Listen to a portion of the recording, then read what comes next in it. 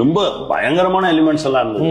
இப்ப எல்லாம் பேசுறாங்க ஏதோ சொல்லி, ஆனா மிசா பீரியட் அதெல்லாம் அந்த மாதிரி எல்லாம் பயங்கரமான எலிமெண்ட்ஸ். அவர் பட்ட வலிகள், அவர் கடந்து வந்த பாதை, இதெல்லாம் ரொம்ப ஹெவியா இருந்தது. அதை வச்சு 2 பார்ட்டா பண்ணலாம் அப்படின்னு சொல்லி ஸ்கிரிப்டா ரெடி ஆயிடுச்சு.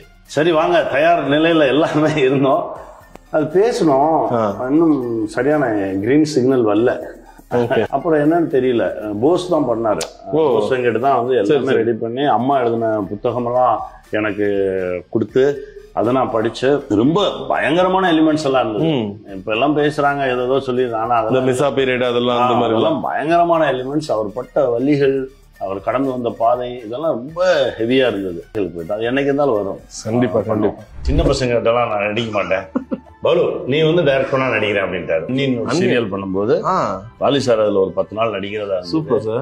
4 நாளுக்கு அப்புறம் திடீர்னு கேபி சார் உடம்பு சரியில்லாம போச்சு. உடம்பு சரியில்லாம போனா டைரக்டர் என்ன சொன்னாரு, நான் வாலி சார்ட்ட பேசிட்டேன், நான் வந்து ஹாஸ்பிட்டல் போயிட்டு 11 மணிக்கு வந்துடுறேன், நீ அது வரைக்கும் எப்படியாவது மேனேஜ் பண்ணு, அது சிங்கம் கோவம் வந்துருச்சுன்னா எல்லாத்தையும் தூக்கி போட்டு போயிடும் அப்படின்னாரு. இல்லை சார் நான் பாத்துக்கிறேன் சார் சொல்லிட்டு போனேன்.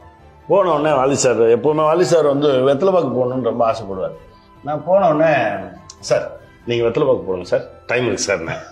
அப்படியே பார்த்தாரு, போய் அவர் வெத்தலைப்பாக்கு போட்டாரு. அப்புறம் ஒரு 5 நிமிஷம் 10 நிமிஷம் வெத்தலைப்பாக்கு போட்ட பிறகு வந்து நான் ஒரு சீன் எடுத்துட்டேன். அப்படியே ஏன்னா அவருக்கு நடிச்ச மாதிரியே தெரியாம ஒரு மேஜிக். அது சீன் முடிஞ்சிச்சு. சீன் முடிஞ்ச உடனே, சார் நீங்க போய் வெத்தலைப்பாக்கு போடுங்க சார் அப்படின்னு.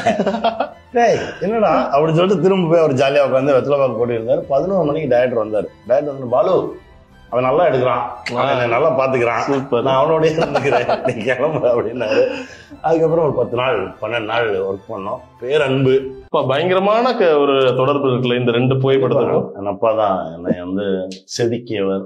நிறைய நல்ல விஷயங்களை கொடுத்து என்னை வந்து இப்போ நான் இந்த இடத்துல நிக்கிறேன் அப்படின்னா எங்க டைரக்டர் தான். எங்க டைரக்டர் இல்லைன்னா நான் இல்லை. என்னெல்லாம் வந்து அப்படியே மாத்தி மாத்தி மாத்தி திட்டுலாம் வாங்கிருக்கீங்களா? நிறைய திட்டு வாங்கியிருக்கேன். ஒரு வாரம் பேசாம இருப்போம். அப்புறம் திடீர்னு நானா போய் வாசல்ல நிற்பேன். என்ன அப்படிம்பாரு, சும்மா வந்தேன் வா வேறு வண்டியில அப்படின்னு சொல்லி கூப்பிட்டு போவாரு. பேரன்பு. அது வந்து சாதாரண அன்பெல்லாம் கிடையாது, பேரன்பு. இல்லை நீங்க எப்படி அப்பா கிட்ட இருந்து நிறைய இந்த ஒழுக்கமான விஷயங்களை கத்துக்கிட்டீங்களோ, கேபி சாரோட வீட்டை போய் நாங்க பார்த்தோம். இப்போ ஒரு ஃபுல்லா எடுக்கும் போது அவங்க மகள் சொன்னாங்க, அப்பாவோட செருப்பு முதற்கொண்டு அவர் தான் கிளீன் பண்ணுவாரு, அவ்வளவு சுத்தமா வச்சுப்பாரு. அந்த ஒரு ஓசிடின்லாம் இப்பதான் பேர் சொல்றாங்க. எடுத்த பொருள் எடுத்த இடத்துல இருக்கணும், பர்ஃபெக்டா நீட்டா. போட்டோஸ் முதற்கொண்டு வச்சுக்கிறாங்க, எல்லாத்துக்கும் ஒரு பேர் வச்சுக்கிறாங்க. ரொம்ப அந்த ரூட்டுக்கே போக வேணாம், விடுங்க நம்ம எதுக்கு போவோம்.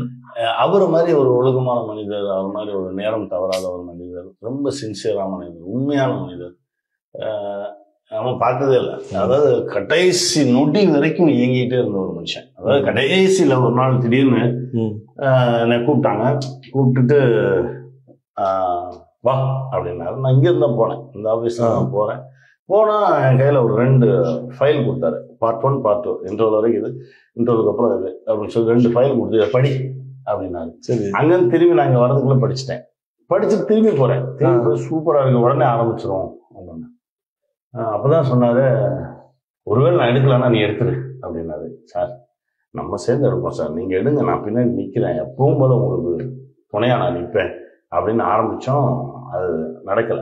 ரொம்ப பெரிய வலி. அது என்ன தெரிஞ்சுக்கலாமா? எதை பத்தின படம்? அழகான கதை. இது லவ் ஸ்டோரியா? அழகான கதை. இதுல காதல் இருக்கும், குழந்தைகள் சம்பந்தமான ஒரு விஷயம், அழகான குடும்பம், பயங்கர எமோஷனலான. என்ன தலைப்பு தெரிஞ்சுக்கலாமா?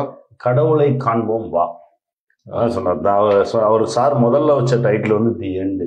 தி எண்டு அதான் சார் டிராமாவுக்கு முதல்ல வச்சது. அப்போதான் எல்லாரும் கேட்டிருக்காங்க, என்னையா முதல் டைட்டிலே தி எண்டுன்னு வைக்கிறீங்க அப்படின்னு. படத்துக்கு வச்சது உங்களுக்கு தெரிஞ்ச நீர் குமிழி. அதற்கு பிறகு கடைசியா வச்ச டைட்டில் வந்து கடவுள் காண்போம் வா அப்படின்னு வச்ச டைட்டில். இல்லைன்னு நான் எப்பவுமே நினைக்கிறது இல்லை. எப்பவுமே எங்க டைரக்டர் வந்து அப்படி இறங்கி வந்தா என் டைரக்டர் என் தோல்ல ஒரு தட்டு தட்டி என்ன அனுப்புற மாதிரி தான் நினைச்சிருக்கேன். Super super. அவர் ரொம்ப பெருமைப்பட்டது இது உங்களுடைய படத்துல குறிப்பா டைரக்ஷனோ இல்ல ஆக்டிங்கோப்பா சூப்பராக நீ பின்னிட்டடா அவர் சைட்ல சொல்லியிருப்பார்ல. நாடோடிகள் பார்த்தாங்க. நாடோடிகள் பார்த்துட்டு என் கையை அப்படியே பிடிச்சி அமைக்கிட்டே இருந்தாங்க. அப்புறம் எனக்கு சீட்ல ஏறி ஓன்னு கத்தணும் போல இருக்கா அப்படின்னாங்க. சிரிச்சேன். சிரிச்சுட்டு தான் அப்பதான் சொன்னாரு, எல்லா திறமையும் இருந்து நீ தோத்துக்கிட்டே இருக்கேன்னு சொல்லி எனக்கு ரொம்ப வருத்தமா இருந்தது. இந்த படம் போதும், இது உன்னை காலத்துக்கும் காப்பாற்றும் அப்படின்னாரு. அதுதான் இப்ப நடந்துட்டு இருக்கு. ஏன்னா நாடோடிகளை வெல்வதுதான் என்னுடைய மிகப்பெரிய இலக்கா இருக்கு. நாடோடிகளை வெல்லவே முடியல. நம்ம தான் நமக்கு இலக்கு, நம்ம தான் நமக்கு போட்டி அப்படின்றத எப்பவுமே எங்க டாக்டர் சொல்லுவார். நம்ம வேற யாரோடையும் போட்டி போட வேணாம், நம்மளோட போட்டி போட்டு நம்மை வெல்வதுதான் இங்க பெரிய விஷயமா இருக்கு. நாடோடிகளை தான் துரத்திக்கிட்டே இருக்கும். Fantastic, super sir. So always in our hearts, KB sir.